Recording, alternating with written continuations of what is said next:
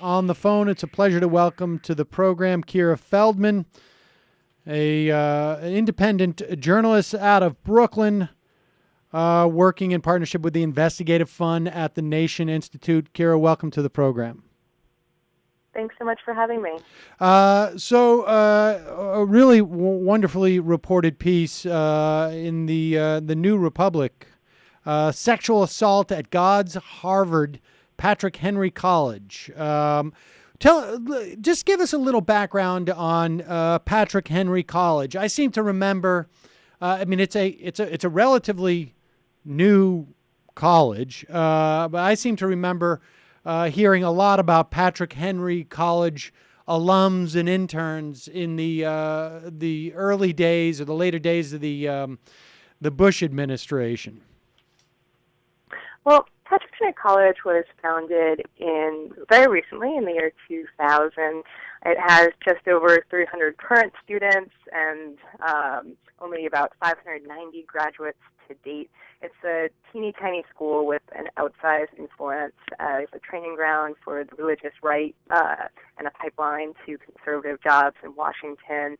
As the journalist Hannah Rosen wrote in her 2007 book, God's Harvard, the Bush-era White House had about as many interns from Patrick Henry as Georgetown, and George Bush even provided a blurb for a prospective student pamphlet that says, college holds a vision for the future of America. It's a feeder school for the CIA, the FBI, the NSA, and various branches of military intelligence. It was founded to be an elite institution for the Christian homeschooling movement. So it's really important to keep in mind that it was founded by Michael Farris, who is an attorney. He came to prominence in the early 1980s as the head of the Washington State branch of Jerry Falwell's Moral Majority. And in those days, homeschooling was illegal in most states. But within some conservative evangelical circles, the practice took off with Michael Farris as its main proponent. And so under parents' own roofs, the thinking went, my parents wouldn't have to worry about kids being kind of indoctrinated in public schools. So Michael Farris formed what's called the Homeschool Legal Defense Association to wage state-by-state battles for parents' right to opt out of public education, and also to abolish child protection laws that the homeschooling, or the Christian homeschooling movement, I should say, viewed as state intrusion on parental authority. And so this is the world that Patrick Henry came out of, because in order to have young people in positions of power in government and in culture, in order to take back the nation for Christ and restore America to its Christian roots, you need to have a college to train up the next generation of the young, and that college is Patrick Henry. And in many respects, I think what makes your piece so important is that this is the college sort of, in some ways, is like almost a milestone, or maybe it is reflective of a worldview that really does permeate, I think, both the fundamentalist movement in this country, but also it's sort of the way that it intersects with politics. Because, like you say, it has an incredible placement rate for a college so small and so new in terms of putting people in our government. And let's just talk a little bit about also the Patrick Henry's status as a college. It is one of 4 in the country that essentially opts out of. It doesn't accept any type of Pell Grants or any other type of federal help. So it is, I guess, unleashed from the intrusion of federal law, which is really relevant in this point. Yeah, the remarkable thing about Patrick Henry is that it's not subject to federal oversight, because they reject any kind of government funding as a way to maintain their independence, so they're not subject to Title IX or the Clery Act. And so the school has this really remarkable, unique legal standing in the sense that, we usually think of Title IX as pertaining just to gender equity in sports, but it's actually this sweeping legislation that says that, all colleges and universities and actually all K-12 public schools that receive federal funding have to maintain a safe environment that doesn't discriminate based on gender. And so part of that means that colleges have to have all of these mechanisms in place for investigating and punishing sexual assault and harassment, and kind of do all of these things to create a safe environment. And they have to do this independent of a criminal investigation, which notoriously do not serve women well. So it's supposed to be this kind of added protection for female students. Now, the national story here is that colleges across the country are falling down on the job when it comes to actually fulfilling their Title IX obligations. But there is legal recourse. Activists at colleges all over the country now are banding together and filing Title IX complaints with the Department of Education. Because they're victim blaming, sweeping under the rug of sexual assault reports, underreporting. This is happening all over the country. But some of the same things you see at Patrick Henry. But the difference is that Patrick Henry is not subject to federal oversight, so students there have no legal recourse. And they're not subject to Title IX and the Clery Act. Just tell us what the Clery Act requires of a university. Just a little bit about that people may not be familiar with the Clery Act. Right. The Clery Act is the law that says that colleges have to issue crime reports of any reports of crime that happened on campus. So those are kind of these are posted on colleges' websites. And so what's happening now is that students are, students are filing complaints against their schools for underreporting sexual assault because they're saying that the Clery Act numbers that the schools are issuing are much too low because schools are discouraging students from making reports in order to keep their Clery Act numbers down. So Patrick Henry is not. So that's just the context in terms of all colleges are basically awful when it comes to handling sexual assault and harassment, but at least there's a legal recourse. There's some avenue that students can take. At Patrick Henry, they're not even federally mandated to issue Clery Act or Clery data of crimes that happen on campus. Okay, and so all right, now so give us a sense of when you go to Patrick Henry College, the extracurriculars, I guess, that we associate with college in terms of drinking, gambling, dancing, apparently, are also not allowed on campus. Is that right? Yeah, Patrick Henry has a really unique campus culture. So there's daily chapel is mandatory. The curfew on weekends is 1 a.m. Drinking is banned. Smoking, dancing outside of dance class is banned. And there's a rigid dress code in the sense that business casual is required in all campus academic buildings during the work week.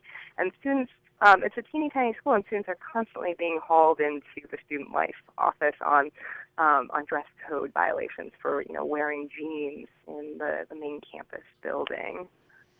Okay, and so all right, so let's get into the story of Claire Spear.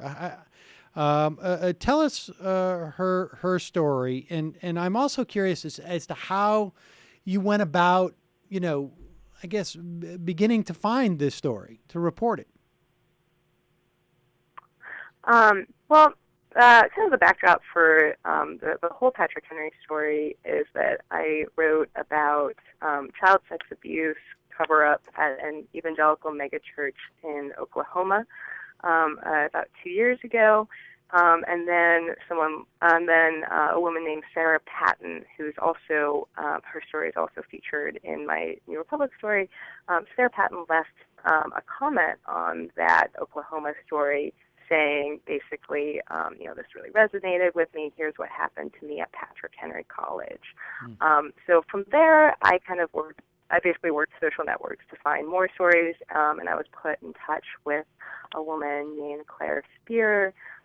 She grew up conservative, evangelical background, and she was very smart, Christian homeschooling educated. She wanted to travel the world when she grew up. She wanted to be a diplomat or in the State Department of some sort. So for her, Patrick Henry was the logical choice. So she entered in the fall of 2009. And in the spring of 2010, she, was sexually assaulted by a friend of hers.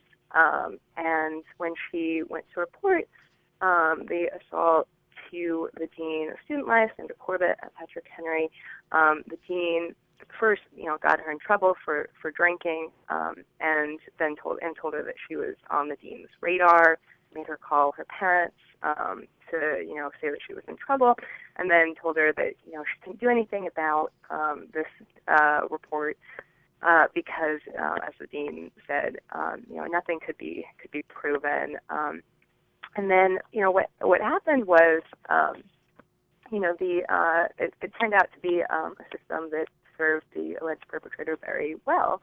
I talked with him.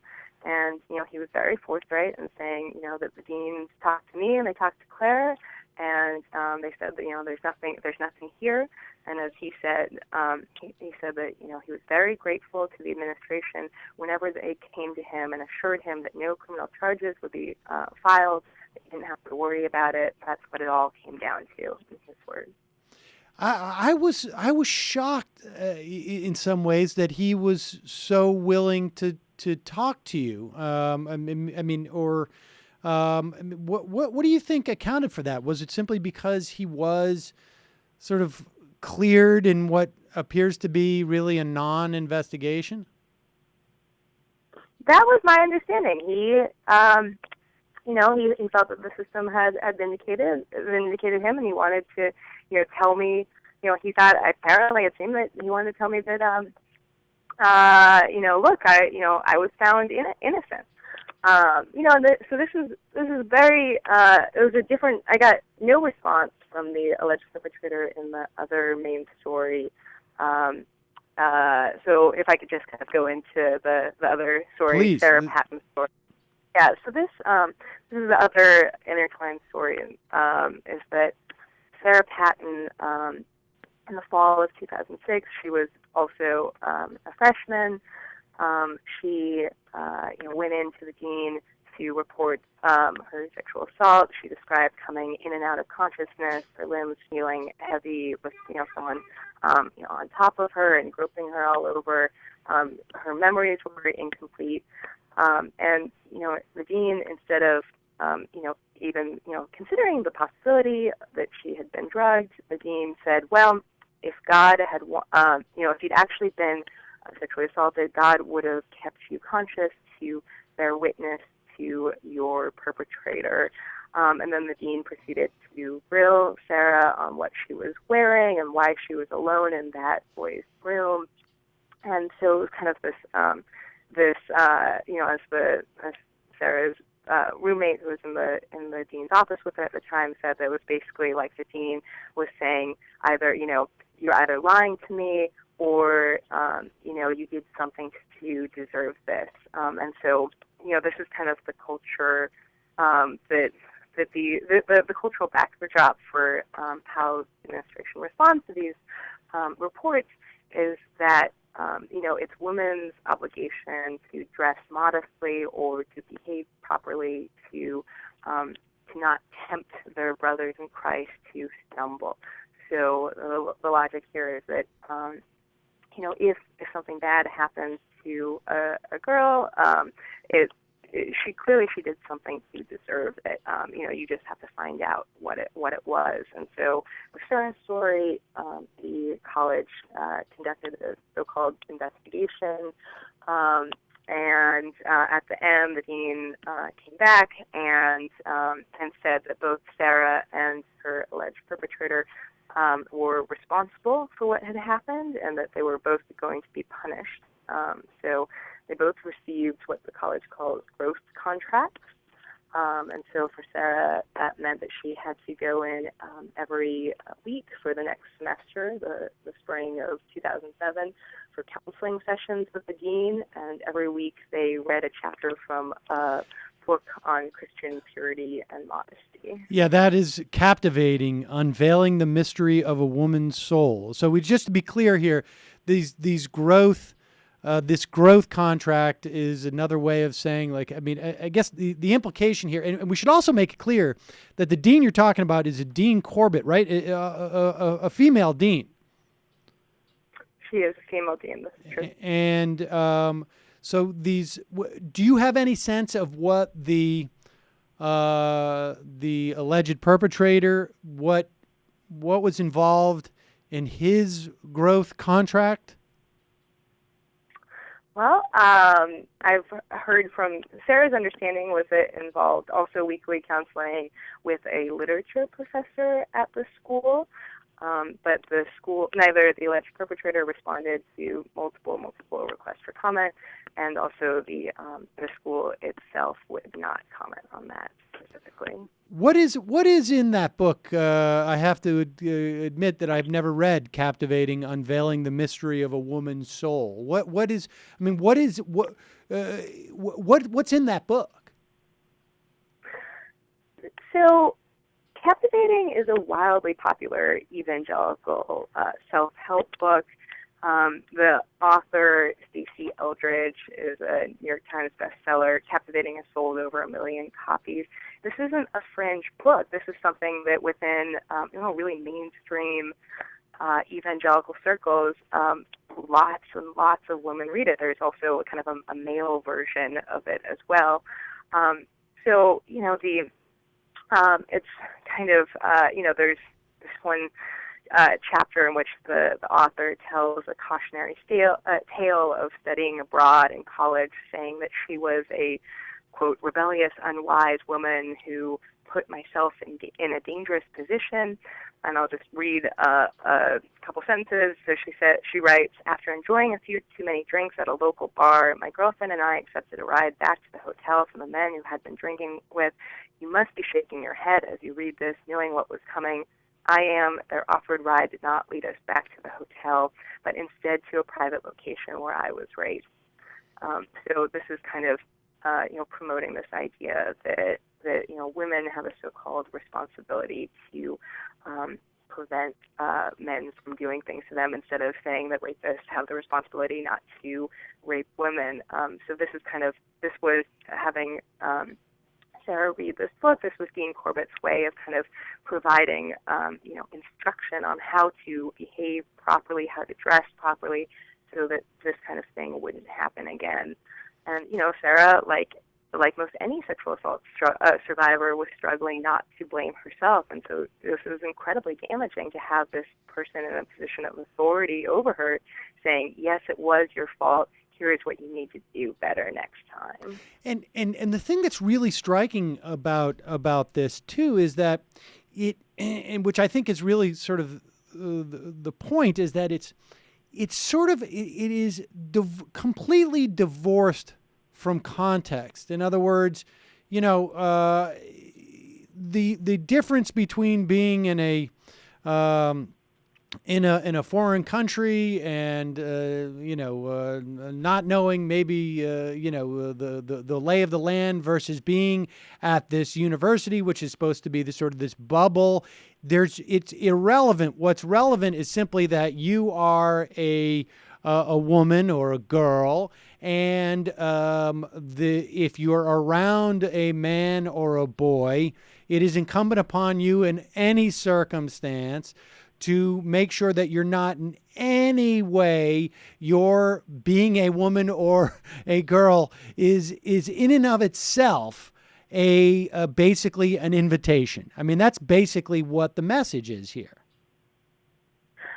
And this is the logic of Christian purity within this this Christian world that Patrick Henry comes out of. The understanding that women have an obligation to maintain their purity, and so if anything happens to them, it's because they were impure, they were tempting a man. It's the logic here is that sexual violence, sexual assault, that it's not a question of power and domination and violence. Rather, the logic at work here is that this was a woman inviting the advances of a man, that that men have these so-called uncontrollable urges, this kind of lust that somehow needs to be contained, and that if a woman is sexually assaulted, it's because she didn't do enough to ward off that male lust, as opposed to seeing it as male violence and aggression. Right. So it's not even like the notion of inviting. It's that by birth, there's an invitation there, and you must supersede the natural invitation that exists to ward off. I mean, in that respect, I mean, it's almost as if they have defined the idea of sexual assault out of existence. Right. Well, that's kind of a kind of thinking that pops up often at Patrick Henry. Girls are constantly hauled into Dean Sandra Corbett's office and told that they're dressing immodestly. You better be careful. You don't know what's going to happen to you, and that that they bring in speakers to kind of who talk about women's purity. Every year they have what's called the Faith and Reason lecture, and this past year in September, a professor of government named Dr. Stephen Baskerville gave a lecture in which he decried what he called the matriarchal Leviathan, and he denounced, what he saw as, big government waging, quote, witch hunts against men, and that, he said that there was, he laid out this whole kind of thinking that there was a problem of false rape and fake rape, and that this was this is especially, as he said in his words, this is especially common on college campuses. So seeing basically, saying that yes, maybe real rape is an issue occasionally, but mostly this is big government trying to go after good Christian men. And this concept of real rape or legitimate rape, of course, has completely sort of permeated. I mean, from your sense, do we? Because it's interesting here, because you obviously, as part of your reporting, you saw comment from the dean and from other officials at the college. And they denied all of it, it seems to me. They denied, and we should, just to be clear again, I mean, you stated it, but just to restate it, that in Sara Patton's case, this isn't just her interactions with the dean. She was accompanied by her roommate, who corroborates everything that Sara says here. So, but the school denies all of those exchanges as happening as Sara and her roommate recount. Is that right? Right. Both Sara and her roommate, they both said that, Dean Sandra Corbett told them to delete potentially incriminating emails and text messages from Sara's alleged perpetrator. And, the school denies that happened. Both Sara and her roommate say that the dean told them that they weren't allowed to talk about this matter outside of the dean's office, that it was effectively a gag order, with the implication being that they would be expelled if they talked about it. The school denied that. The school denied that they engaged in any form of victim blaming, and the school said that they investigated both Sarah's incident and the Claire Spears incident, and found that no, as they said, no criminal activity had occurred, and the school says that it is their policy to immediately report to law enforcement any potential criminal activity.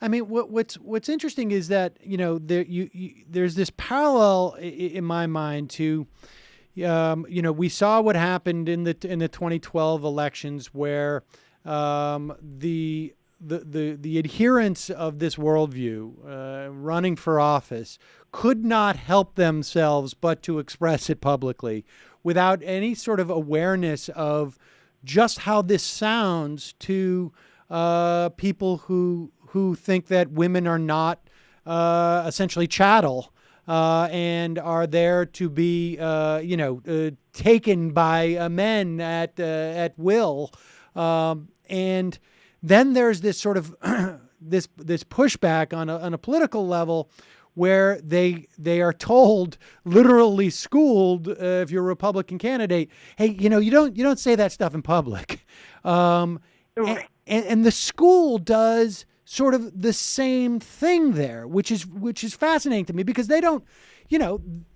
need to say it's our policy to report to police. They could simply say, we have created this world, this college, to escape the sort of judgment of people like you, Kiera, represent, and we keep our own house in order.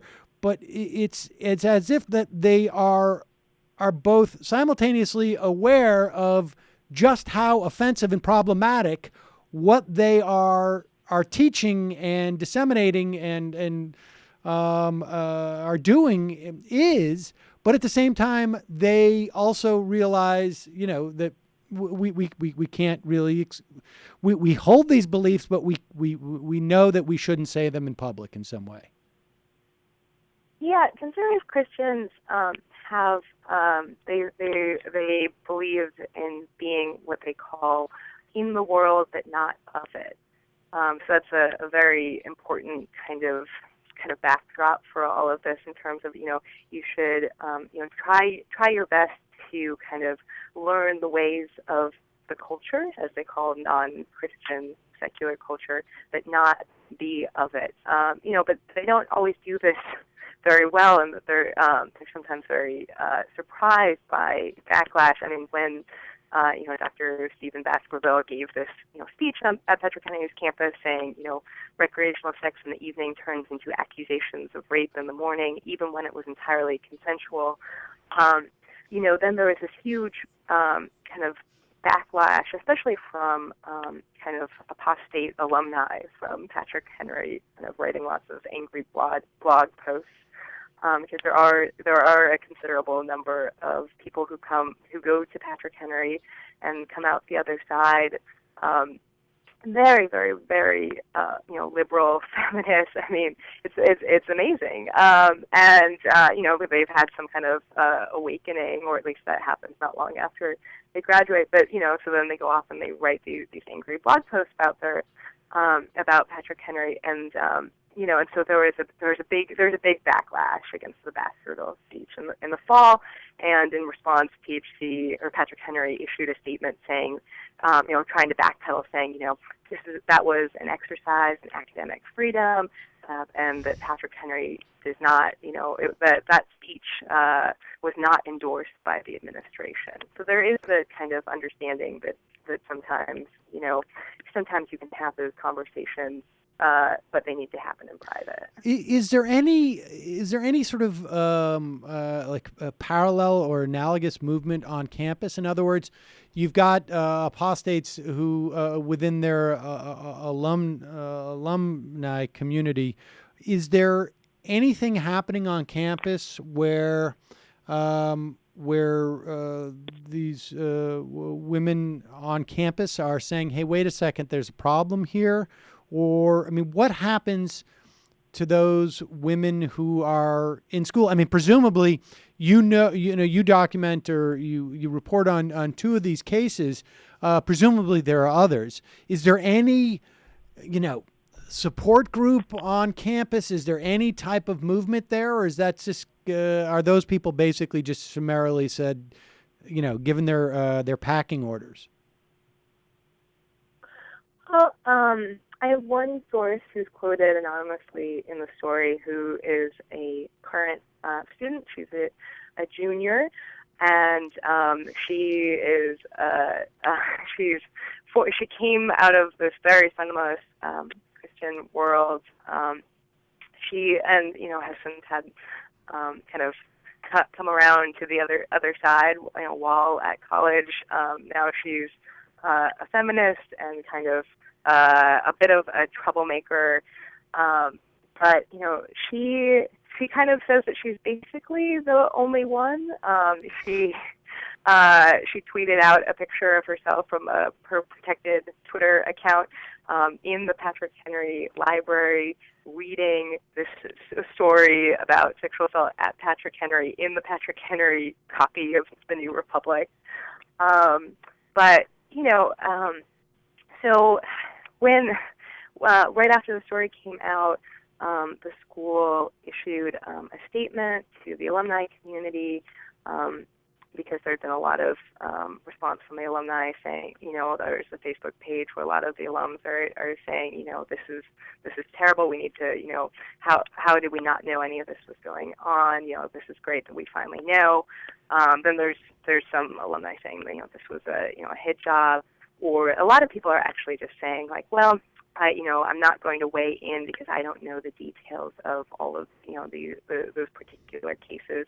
But when Patrick Henry issued a denial statement right after the story came out, they read it aloud to the current students in chapel that morning, and it was greeted by applause. Their response. I mean, so their response was greeted with applause. Exactly, by current students. And what was the nature of their statement? Was it simply basically blanket denials in many respects? It was blanket denial. They also, said that, they value student safety, that they don't seek to elevate one gender above the other, that all students are equal, and that they had already in the works they'd hired independent auditors to review their sexual assault policies and procedures. They haven't said who the auditing firm is, right. So the alumni I'm in touch with are a bit skeptical. They're saying that they hope they're saying that it would be fairly easy for the school to hire a firm that would merely absolve them and rubber stamp things. I'm curious. You mentioned at the beginning of the story when you're telling the story of Claire Spear, there was the security guards that they have on campus are students, and you. It sounds like you spoke. In fact, you did speak to one of the security guards named Adam Fisher, I think it was, and he talks about how he was one of the security guards who found Claire Spear after she was assaulted, and he was never brought in as part of the so-called investigation. What have you heard back from him at all? I'm curious as to like someone who is sort of that close to what happened and sees, and is aware that he's not brought in for an investigation. What his response is? I mean, does it begin to sort of erode the foundations upon the way he sees this place? Well, I haven't heard back from Adam, actually. He's actually one of two former security guards who I talked to. The other one didn't end up being quoted in the story. But I mean, it is a really remarkable world that the Patrick Henry has. It, instead of having rent-a-cops or even police officers, state police officers like other colleges have, they have just upperclassmen who are carrying flashlights, and but that's kind of the world of Patrick Henry. It kind of has a sleepy small town kind of quiet campus feel where the security guards are mostly out checking to make sure that all the doors on campus are locked. So on that May 2010 night when Adam Fisher found Claire's spirit, she was lying in the middle of the field crying. She was staring up at the sky. She was just incoherent and basically just freaking out. And he ended up carrying her back to her dorm. And while he was carrying her, she was saying, she was trying to describe what had happened to her. And as Adam Fisher recalled, she kept saying she had been violated. So Adam reported that to his security sergeant, who was also a current student, and then after that was the end of it. That he never was called in by the deans. And he was never part of any kind of investigation. Lastly, do you think this is sustainable? Do you think that they can maintain, I guess it's a 14-year-old college now. Do you think that they're going to be able to that this is sustainable? That they can actually sort of create this environment and, simultaneously be aware that the rest of the outside world, I guess, the culture as they refer to it, it finds this perspective abhorrent. Do you think it's sustainable? Do you think they'll even be able to be a Patrick Henry College in 30, 40 years from now? That's an interesting question. It remains to be seen. My inclination is yes, but because they don't accept federal money, they're entirely dependent on their donations from their hyper-conservative, right-wing Christian donors. So it remains to be seen whether the donations keep coming in.